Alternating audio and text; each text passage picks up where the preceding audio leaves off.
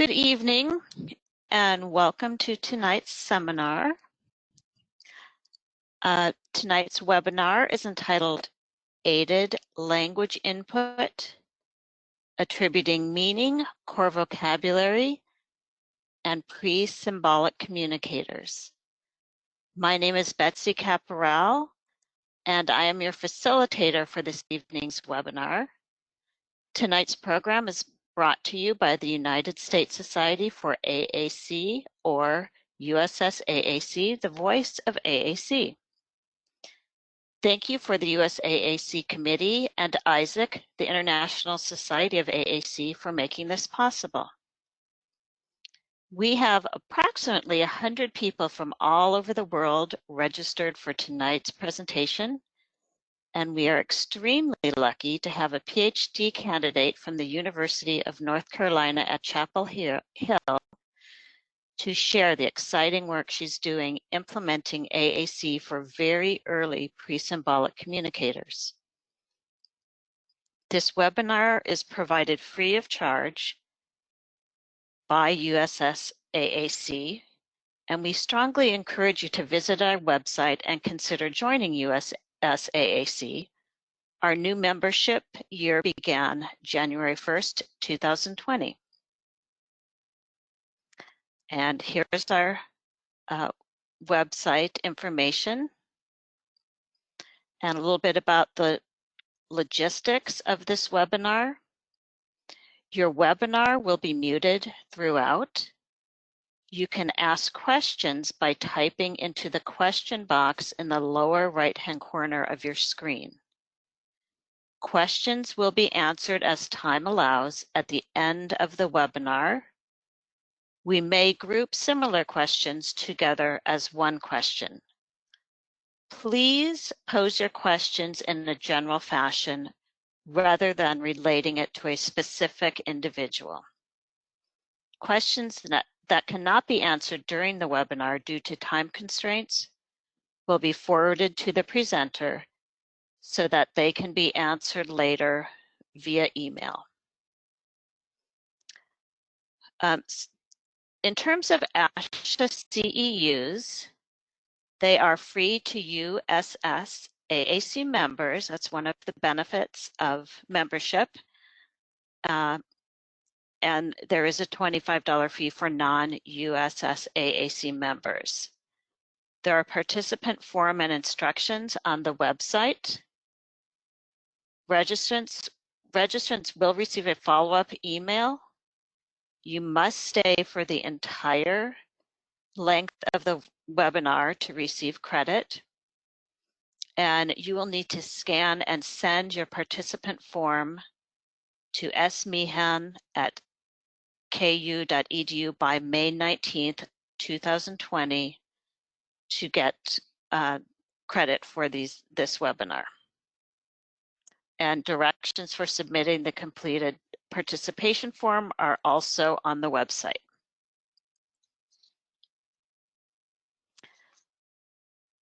So just a quick disclosure, Kathryn Dorney is an employee of the Center for Literacy and Disability Center.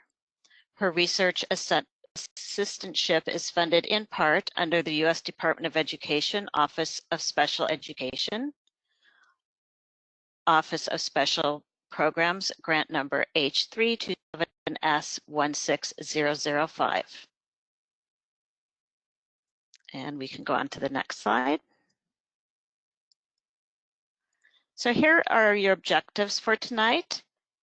You will learn to describe the value and role of adult responsiveness in attributing communicative meaning as part of aided language input with pre-symbolic communicators.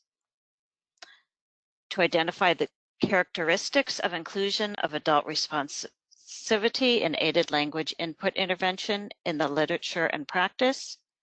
To describe two or more differences between aided language input with pre-intentional and intentional communicators, and to describe two or more ways to apply aided language input during emergent literacy or other naturalistic intervention contexts.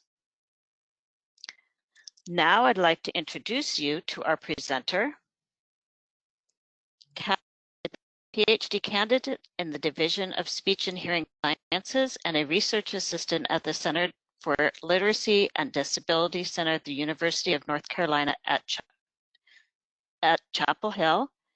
She is a speech-language pathologist with over 20 years' experience working with beginning communicators and their families.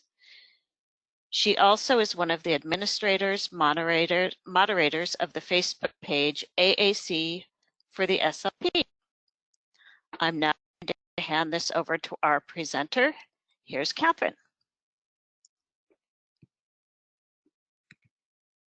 Hello, Kathryn, Dorney here. Thank you all for joining me tonight, and I want to thank Isaac and USAAC for providing me with this opportunity. So let's jump in.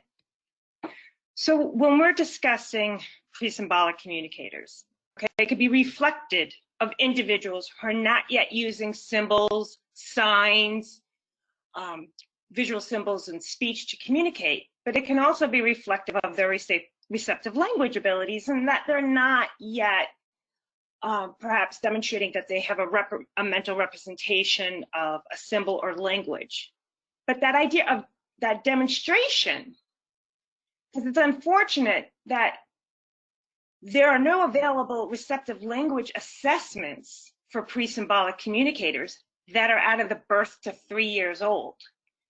And it seems that we tend to look at expressive output as a measurement for receptive language.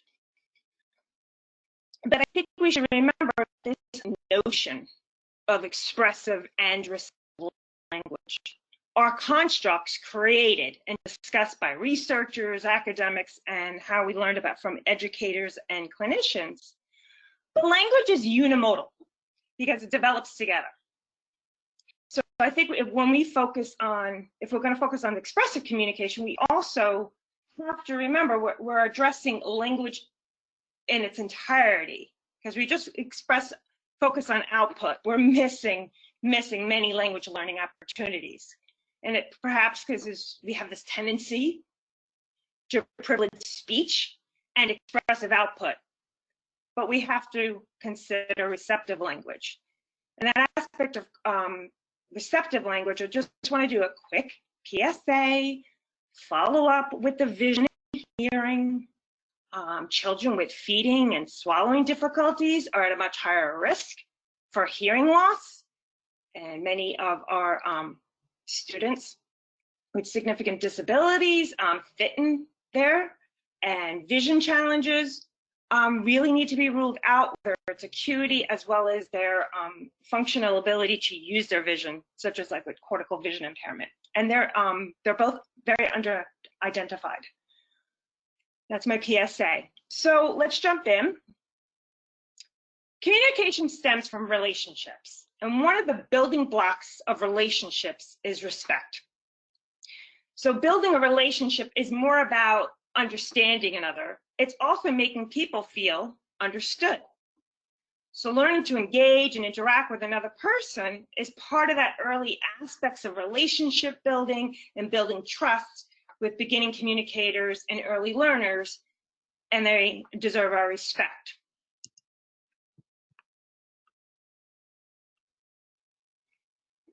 So when we consider intentional communication, there are other children who are still learning that their actions can impact another person and the environment. But we have to be very careful at creating this line or boundary between a pre-intentional and an intentional communicator. Okay, because intentionality develops in a continuum. It's not an all or nothing. So certainly a lack of intentional communication should not preclude access to language intervention or AAC, right? There's no prerequisites. But that having that understanding of being able to perhaps divine intentional communication and looking at these characteristics can help you see what part of intervention needs to be focused. So when we're looking at pre-symbolic communication, right? So they're intentional or not yet intentional. I like to use the communication matrix as a framework. And the communication is organized by children's actions across 7 levels of communication ability. You notice here I have 4, because we're going to focus on the pre-symbolic communication. And they're looking at communication across 4 reasons to communicate: request what I want, protest what I don't want, engage socially, and share information. But that number 4 on the communication matrix, that share information, doesn't come into play until they demonstrated conventional communication, at least when it comes to the communication matrix. So a pre-intentional behavior or reflexive behavior are actions that might demonstrate like hunger or discomfort that are interpreted by an observer. And at level 2, this would demonstrate more intentional because of control over their bodies, but they're not yet intentionally communicative. So this might be a child that looks over at something because they have an interest, or they reach over, that's intentional, but they're not yet communicating to others. But with both of these situations is we can interpret the meaning of those actions, and we're making meaning. And this reaching behavior becomes a level 3 intentional communicative behavior when the child reaches and kind of orients themselves to another person, including another person, kind of letting them know like, hey, I'm going to need your help here. I want help. And it's not necessarily about joint attention, whether it's dyadic or triadic. It could just be a dual orientation to another person, because we also have to consider that there are children and individuals with significant vision issues, but they can still demonstrate that it's communicative with the dual orientation. And level 4 is it was considered conventional communication, because that reach turns into a point. And that protest may look more like a shake in their head, yes or no. That's more conventional. And again, we're still mapping in or attributing meaning to this, because we can say if whether the child pulls their head back or shakes their head yes or no, we can attribute meaning that they mean no, or stop, or I don't want this. But when we include the responsivity of adult communication partners or attribute communicative meaning, we are making meaning for them.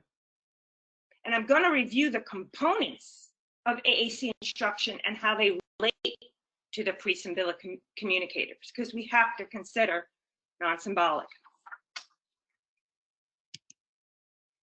So although the transition from pre-intentional to intentional communication is developmental, we see with increased opportunities for communication and attributing meaning by others, this will support the transition to improve communication. So children with complex communication needs may still be learning that their actions have impact on others in the environment. They also may have a significant history of adults being less responsive because they use unconventional communication. As like negative affect expressions, non-intentional communication, unconventional forms of communication tend to be viewed as maladaptive and lacking in communicative intent. So there could be a focus on eliminating them.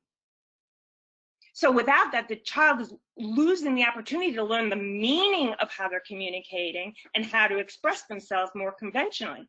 That's a lot of lost language opportunities, language learning opportunities. But we know adults can learn to become responsive. So adult responsivity, acknowledging, commenting, what do you think the child is communicating? Honoring it, responding, imitating the child's actions, engaging, and then there's linguistic mapping. So linguistic mapping is when an adult attributes meaning to that child's non-symbolic communication and then kind of describes what they see the child is communicating. And if we reflect on our experience of interacting with much younger children, babies and toddlers and children, we've been doing this. Oh, you seem a little uncomfortable. Oh, I think you might be wet. Let me change your diaper. Oh, you seem a little cranky. Perhaps you're hungry. And we're mapping in this language to children. But there is a benefit of differentiating your responses to pre-symbolic communication, because the manner and the frequency of adult responsivity is important. So when you have a child that's still learning that their actions and their pre-intentional communicators, a non-linguistic response is very important. Because if you are working with a child that's still pre-intentional communicative, that linguistic mapping alone is not sufficient. So if this child is like looking over at something, and perhaps you're making it, oh, perhaps they want it. By honoring it, let that child know, oh, I see you looking at that toy. And you honor it by giving the child a toy. That non-linguistic response is really important. Honor it and giving it that toy. But we can add the linguistic mapping via aided language input. That non-linguistic response will increase the intentionality, that imitator will increase the intentionality, but we don't want to leave language out. We want to bring in that linguistic mapping, but with our complex communication, children with complex communication needs, we want to bring in the aided language input using the shared symbol system. And with an intentional communicator, linguistic mapping led to increased receptive and expressive language outcomes for children with developmental disabilities.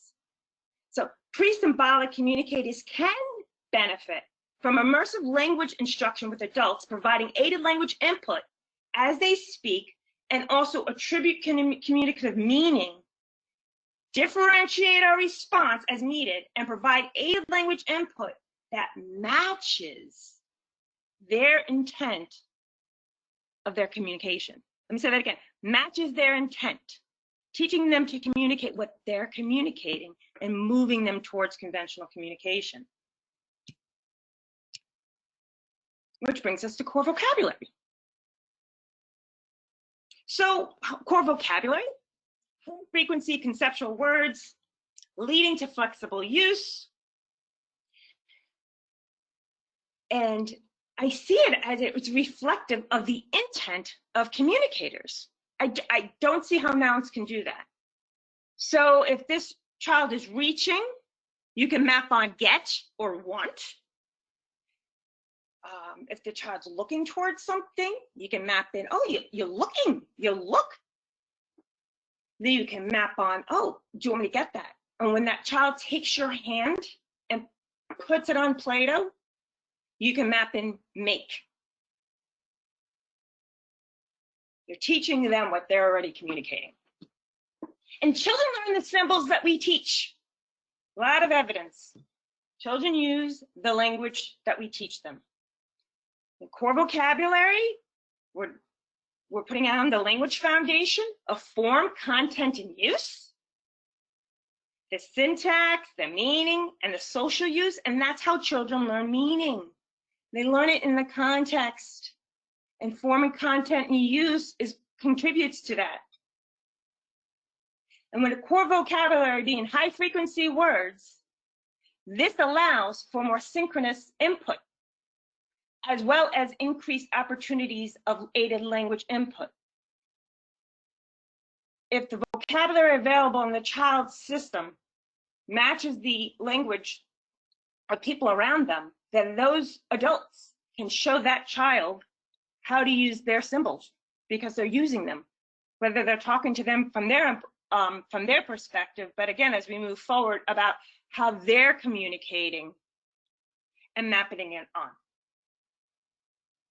So core vocabulary has this idea that it's too abstract, but that has lost ground, because since the 90s, Romsky and Sevcik's work, they used very arbitrary looking symbols. I mean, they were line drawings.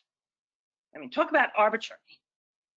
And they demonstrated that adolescents with significant cognitive disabilities could learn those symbols and about the language and the words. But again, remember, we're using it and we're teaching this in context.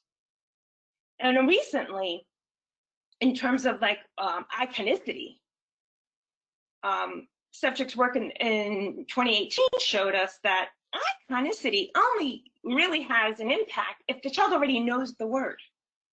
If they don't know the word, the symbol, the look of the symbol is less relevant. So vocabulary can indeed impact the frequency and the intensity of that aided language input. And remember, these are a small set of words that are so flexible. The small set of words are so flexible across context and allows increased use of aided language input. Which brings us to aided language input. So see that vocabulary has a role in here in the use of aided language input. Again, repeating that children use the words when communicating with them. So using the words that we demonstrate via aided language input. And aided language input supports both expressive and receptive language. And that receptive language piece, mapping it in, it has a role here. So while these children perhaps are not yet using signs right away or using that core symbols expressively, they will demonstrate those symbols. They will benefit from watching the symbols being used and learning about communication and language that's occurring environment. They're going to learn that aspect of learn from that receptive language input, just as it's consistent with our expectations of typically developing children who hear thousands and thousands of models before we expect them to utter a single word. And again, these children with these complex needs need the same opportunity for language and development, and the need for that same opportunity to learn, and that same opportunity of having a shared symbol for synchronous input. And again, that idea that aided language input supports receptive language learning. And there is a positive relationship between receptive language and expressive language and the size of vocabulary. So by strengthening receptive language, we're supporting expressive language. I don't see AAC as just an expressive communication intervention. It's a language intervention, and I don't think we should be separating them. So there's been many studies, including a recent systematic review and a meta-analysis confirming that important role that aided language input has for AAC intervention. And during my time as a PhD student at Carolina, I've had the opportunity to do a cursory review of the aided language input and explored, well, what's the role of attributing communicative meaning in expressive communication interventions using aided language input. So I reviewed individual articles that were present in Sennett, Light, and McNaughton 2016 systematic review, O'Neill, Light, and Pope 2018 meta-analysis, and most of them were single subject designs, but there are a couple of groups, and I added just a couple more, and I included only articles that provided children with multiple symbols to learn, and not just phrase-based. And we see some challenges with this, with the research that we have available, because I know from the working with population of children with significant disabilities for a very long time, and even working in the EA and preschool, that many of our children have vision and hearing issues, motor challenges, some behavior challenges, cognitive disabilities, but these children are not they're not included in this type of research. And as we look here for these 21 studies, the majority were single case experimental design. So they had they didn't have a design that would have let's baseline and then do the intervention. It had to be more than that, specifically for the O'Neill meta-analysis. So they had to show that there was baseline, then an intervention, that maybe they pulled away the intervention and then added it back in, or they did a baseline, then they did the intervention, and then they looked at maintenance and generalization, just to give you that idea. Like again, there were some group design, but they had to demonstrate maintenance. And so, but consider this, and again, the population that we could be talking about is what I found was interesting, that 50%, more than 50% of these research articles, that the specific nature of the research targeted partner instruction. Can another partner learn how to do this instruction? And they provided us with the children's outcomes. All the students used direct selection with their finger, stop and reflect of your caseload. Okay, it didn't include children with, remember, with vision, hearing, or behavior or motor challenges, and didn't include children with alternate access.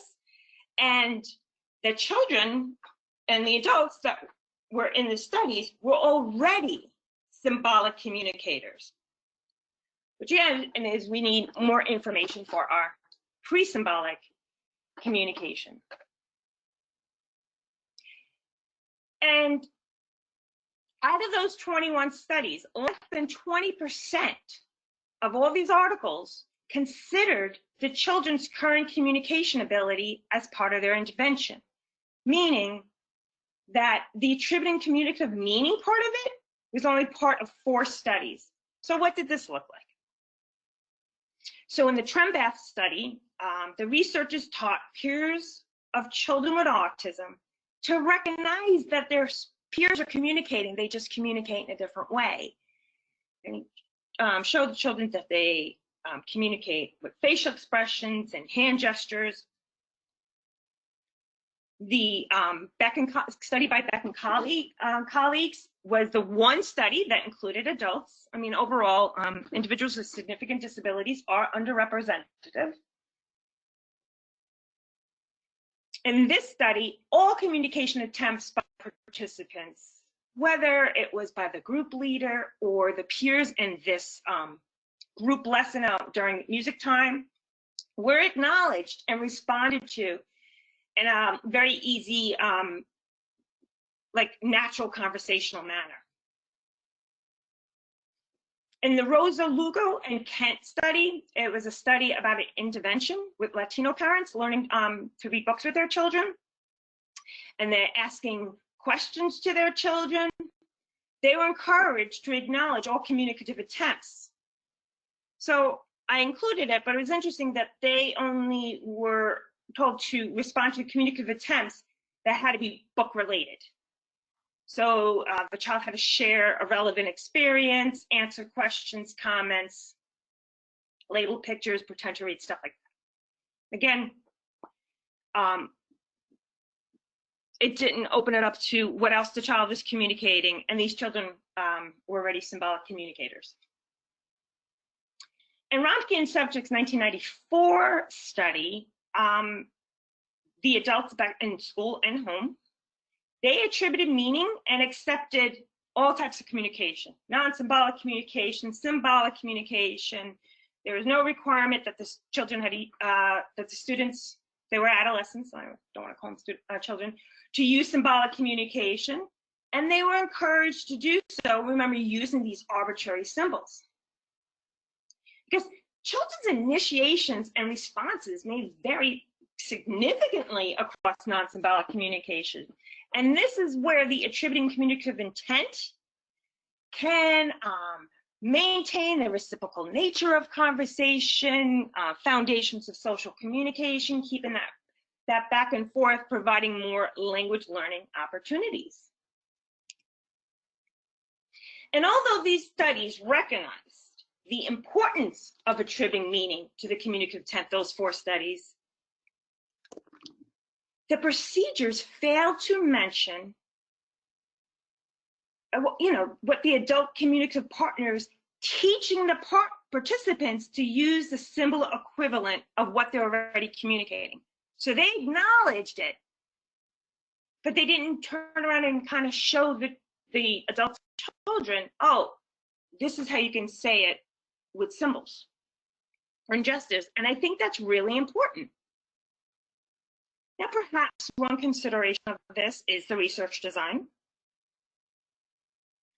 Single case experimental design, kind of has the rules, so to speak. So this is, a really clean experimental design and can be informative, especially with such a heterogeneous population, such as individuals' complex communication needs, and it's helpful for causality. But it's not also very often reflective of the interactions in homes and classrooms.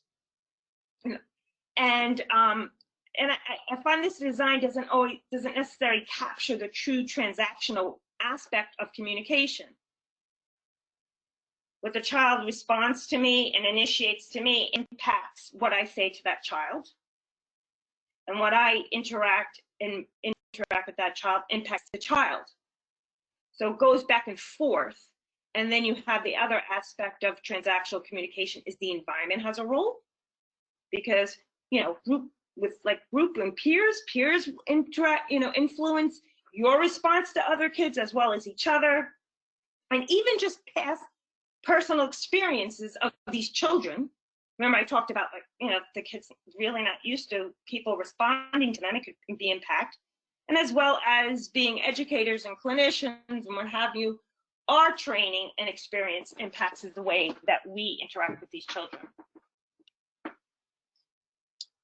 So, but these studies that I've talked about do not discuss the child's communication, nor is there a description that the adults are teaching the children to say what they want to communicate. So they're not teaching the children their intent.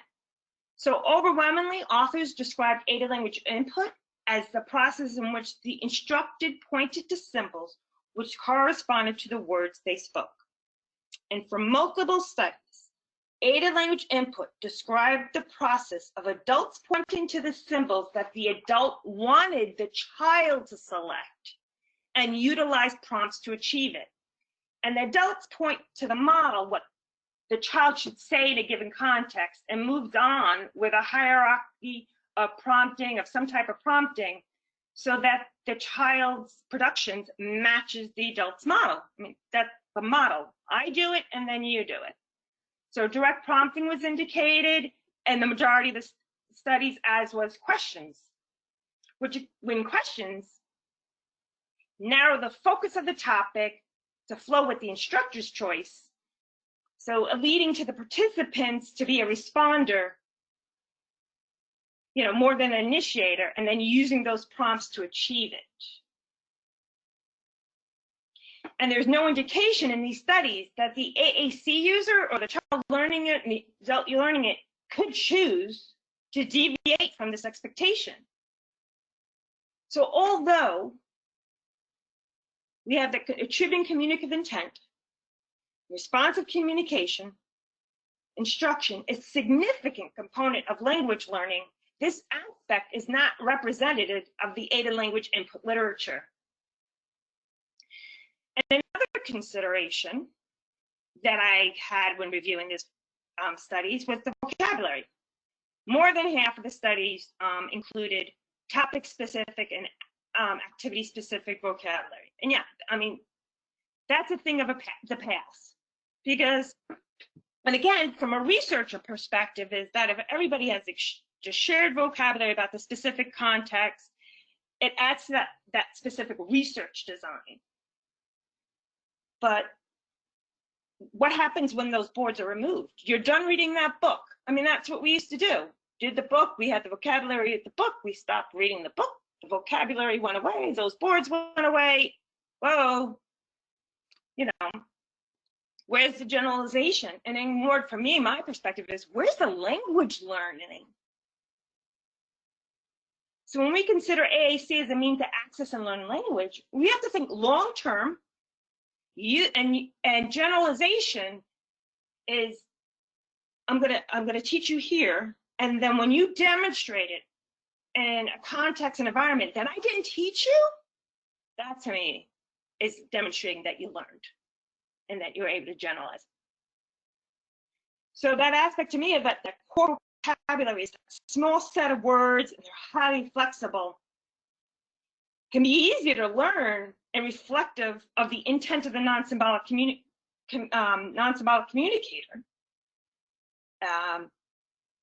including children requiring alternate access, and easy to manage, especially like students with more significant disabilities that need more repetition with variety and require like again that idea of repetition, like constantly changing the vocabulary or constantly having words that work in one context with another. I just think it makes it harder. And another thing I want consider taking home with you is that idea of attributing meaning is not just related to non-symbolic communication. Consider what when your students or the children you work with start interacting with that AAC system. They're looking over it while you're doing native language, or they're just interacting it with on their own. In the case study that I did, preschoolers with autism started looking at the boards, rubbing them, carrying them, taking them from the adults. Like to me, the children are starting to make the connection that there's value there, even though they may not know the symbols, right? But attributing meaning, like, oh, you're touching your board. Because we want individual, all of them should have their own. You're touching your board.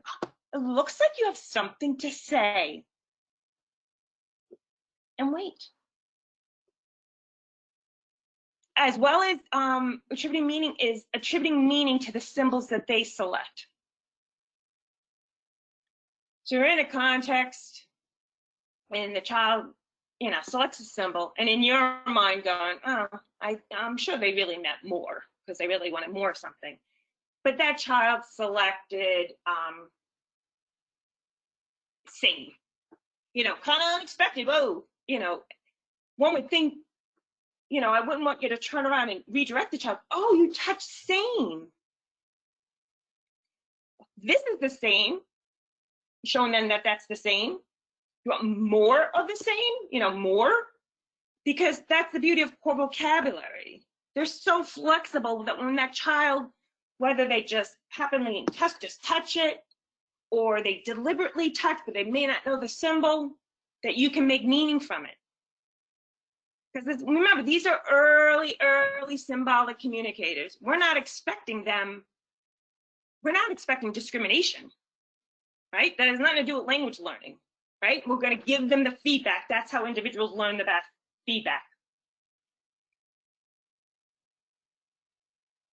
So as we bring the evidence from the adult responsivity, aided language input, core vocabulary language together into a naturalistic teaching context, we see it's the combination of these components.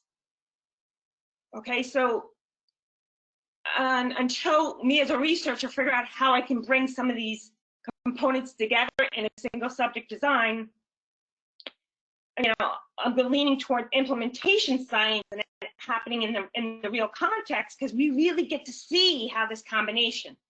We can have all these individual studies that just tell us what one individual thing does.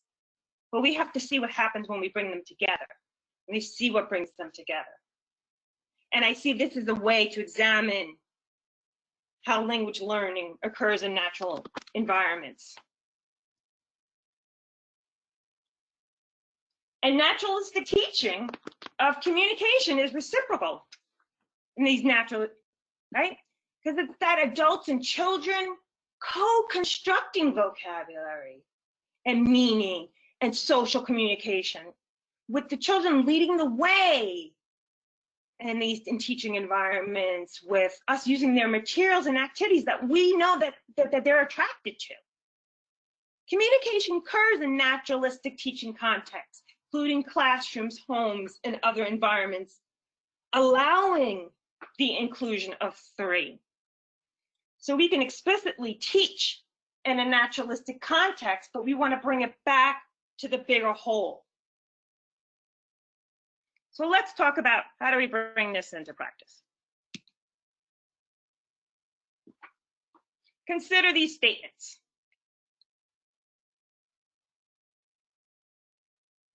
Now, I take this from Cynthia Kress's work on communication signals inventory and with Project Core. Bring the team together. So bring the team together and consider these 3 statements and chart it. So piece of paper, make 3 columns, put the child's name on top. Recognize what the child is doing. So in the first column, you kind of write what the child does. Determine what it means. And again, you might find that it could mean different things, but let's stick with one that let's use a pre-intentional, that the child changes their breathing.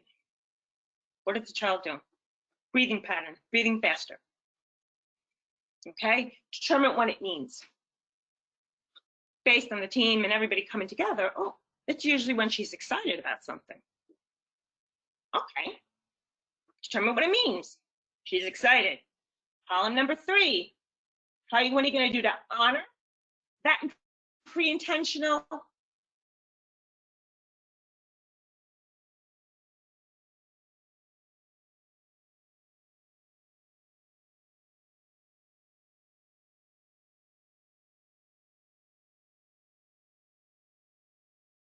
You know, punch into the symbol, hold it until she sees it.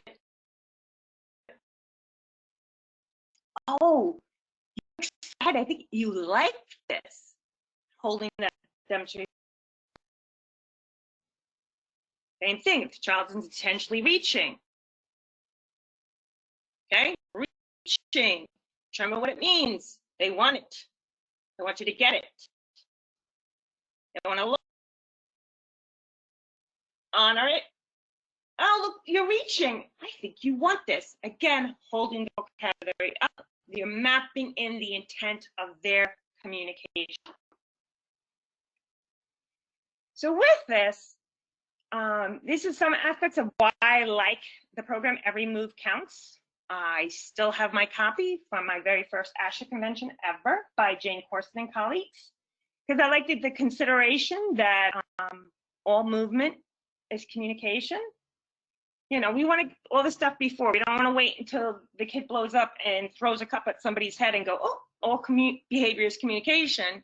What were you doing before the kid threw the cup? It also reminds that every move counts, reminds us to consider sensory interest and processing when engaged with children. So that's something to consider. Also, I have always used sensory social play or people games or sensory social routines. And it's like following children's lead and interacting with these people games and focusing on communication. In terms of research, look at the work of McLean and McLean back in the 90s. This was included. It's included in an Early Start Denver model. It's included in relationship development intervention, RDI. I do appreciate how Dr. Gutstein takes it a little step further and does some behavior regulation with that and co-regulation with it. We don't have time to get into that, but something to make a note for yourself to look into. Because I also consider when we're talking about language learning and the population of the years that I've worked with, that a lot of these children are learning social communication and self-regulation, emotional regulation, and adults are trying to interact and teach them these to support their social and emotional, but they need the language to help them. But if we hyper-focus on requesting, we're narrowing the communication focus and the possibility of multiple volleys of communication. And after a while, at the point, if there's a narrow focus on requesting over time, eventually the child's going to have to be told. I mean, it's going to happen that the child's going to be told no. And then now they can't request, and it was not working for them, so we're going to result in externalized behaviors, and then address from externalized behaviors and take time on that. Whereas I'm considering there can be some proactive before that and showing them how language can be used in more dynamically. As much as we have to, consider some of these children, whether they have sensory motor challenges, moving with another person can be challenging, and just having that ability to request versus having people acknowledge other communication, I think puts them more in the direction of supporting their overall development.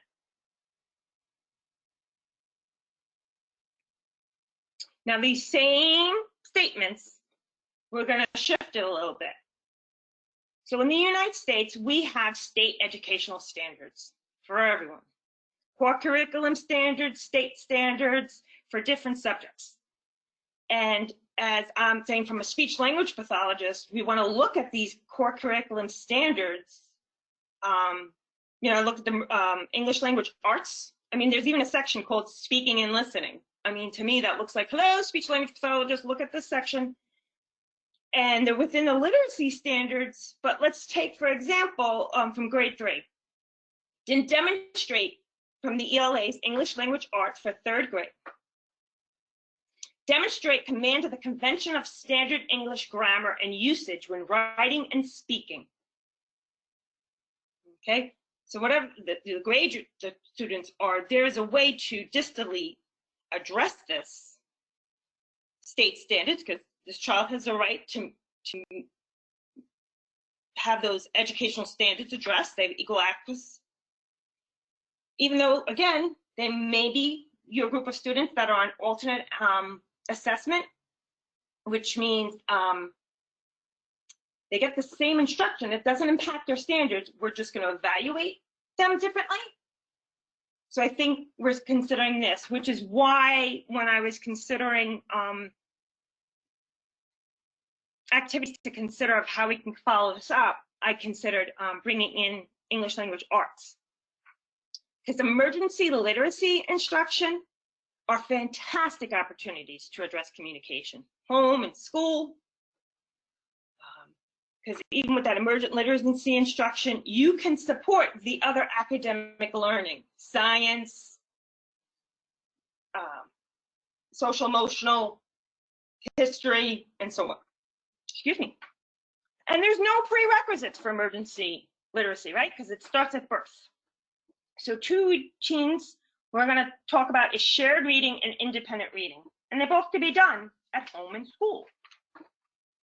So, just be mindful, consider sharing different books. We have a tendency to share fiction, but some of our students may really dig more like informational books. More like, how does a seed grow to how does a car work? Plus, that will help with different grammar and syntax for books. And remember, Common Core standards is that access to literature and diverse. Okay, let me move forward. So we're going to consider in shared reading, we follow the CAR. Comment, ask for participation, and respond. Comment.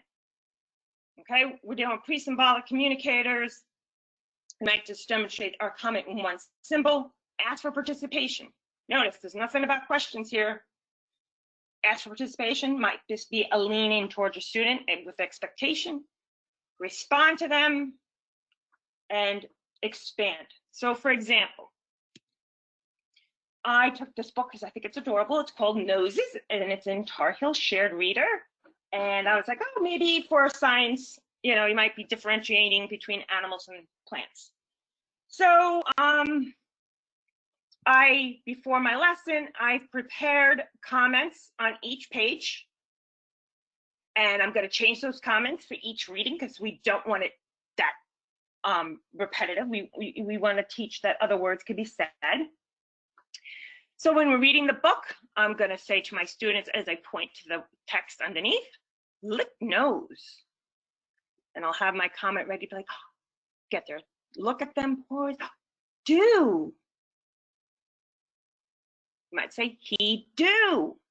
We're commenting about the picture. That's my comment. Ask for participation. I wait. This is the letting the kids know that what you have to say is important because shared reading is with students. We don't want them passive. We don't want them passive. We want them active. And then because with aided language input, we're teaching the children the possibilities of using language via aided language input. So we pause. I don't know, if I'm just thinking of a bunch of children looking at this picture, they're all gonna start sticking their tongues at each other, you know, sticking their tongues out. And here's your chance, you acknowledge, you're all sticking your tongues out, and then respond, you do. Or that one kid just bust out laughing. You're laughing, and you point to the symbol like for that student and show them on their individual boards how to communicate and use those terms. Okay, so if you want more about specifically with shared reading, go to the Project Core module or free and the sharedreader.org website. Oh, I did put like you're smiling. Oh, you like him. You like. Sorry. Now, independent reading is another great one. Look at this book tornado. Like this child had the opportunity of all these books and interacting with them, bringing values of the amazement of books. A lot of our children with disabilities definitely get far less experience with books and access to print. And if they have motor issues, that's going to be a challenge too. But let's think about it, that this is her selection, but a teacher or a mom can be near her. She's reaching in. Oh, you like that one. You want that one. And you know, like and want, or you might have to hold up books for some of your students and they kind of make a face or they swat them. Oh, you not want that one. Again, you're mapping in what they are communicating. Okay, because remember too, you don't want to like butt in on them, but there's that opportunity for them to practice, show you the books, and then you can expand on their communication, give them their white time, because this is their time. This is independent reading. This is them getting in on the books on their own and finding the joy of reading. But it does provide opportunity for aided language input, attributed meaning, and core vocabulary. Another scenario might be using the bathroom, using the restroom. And aided language input is not necessarily telling that kid, okay, go sit down, stop that, turn the water on. Think about what the child could communicate in that environment. And attribute meaning. You bring up bathroom, that child totally shuts their eyes and puts their hands over their ears. Attribute meaning, oh, you're covering your ears and your eyes. You not like it? You know, you not have to go? You're mapping it on for them. So think about what they could be communicating in this scenario. And again, with aided language, it's not just from your perspective, but it's like teaching them, this is the communication and language opportunities in this situation. Same thing, maybe with your morning meeting, talking about attendance and pausing and letting them, he, here. Or your kid's absent. He's not here. Oh, maybe one of his buddies has this confused look like, where's my buddy? You can model that. Oh, where? You want to know, you kind of look like you want to know where he is, or model where. Oh, you look concerned. It could be why. You know, show the child that their face is demonstrating that to you. Maybe that like they don't feel good. They're not good. Yeah, they don't feel good.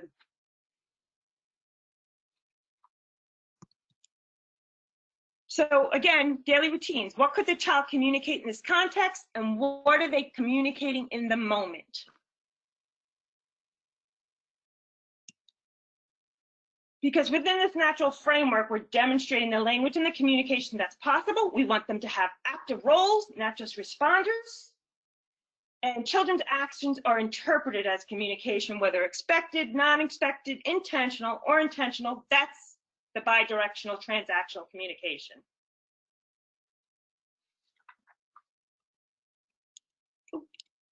So bringing it in, we're going to look for the aided language input. We're going to that wait time, that core vocabulary.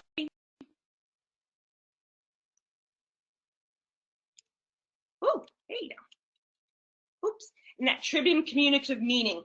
Sorry, guys, for that order. And overall, lastly, let's make the topic worthwhile because, you know, we certainly only talk about things that we really, really like. So I'm going to end here. Again, I want to thank Isaac and USAAC for providing this opportunity. You can reach out to CLDS website or my email.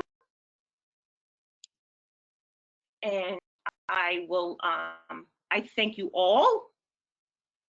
And I will take questions. I'm thinking if I'm doing this right. Okay, we're now going to open this up to questions. There are a few questions. Please type your questions in to the question category. There are a couple here. Kathryn, someone wanted to know about the ASHA author you had mentioned. I'm not sure specifically what author. If Lisa, you had asked that question. If you wanted to type in the name of that author, that might be helpful. Do you know which one she's referring to, Kathryn?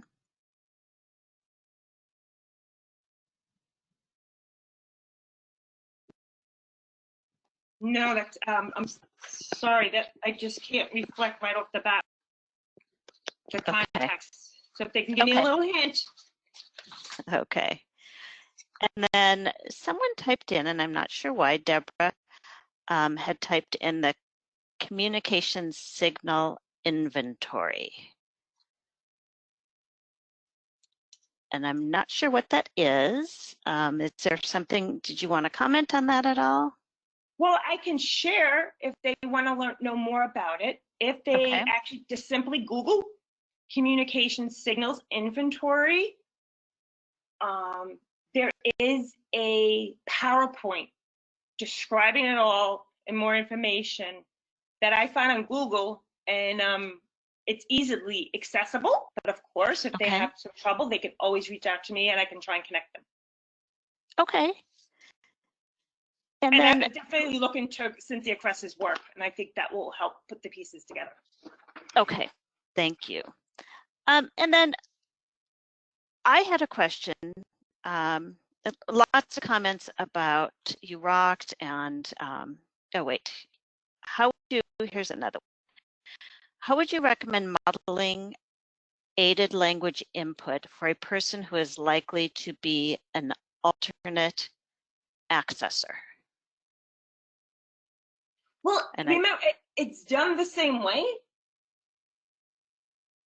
So would be pointing to the symbols.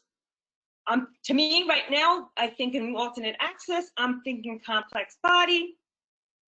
So the thing about demonstrating and holding the point slows us down and holding that point for that person to see it and giving them that much longer wait time because they have to process, get the idea in their mind, and then get their body coordinated to be able to you know, activate that symbol.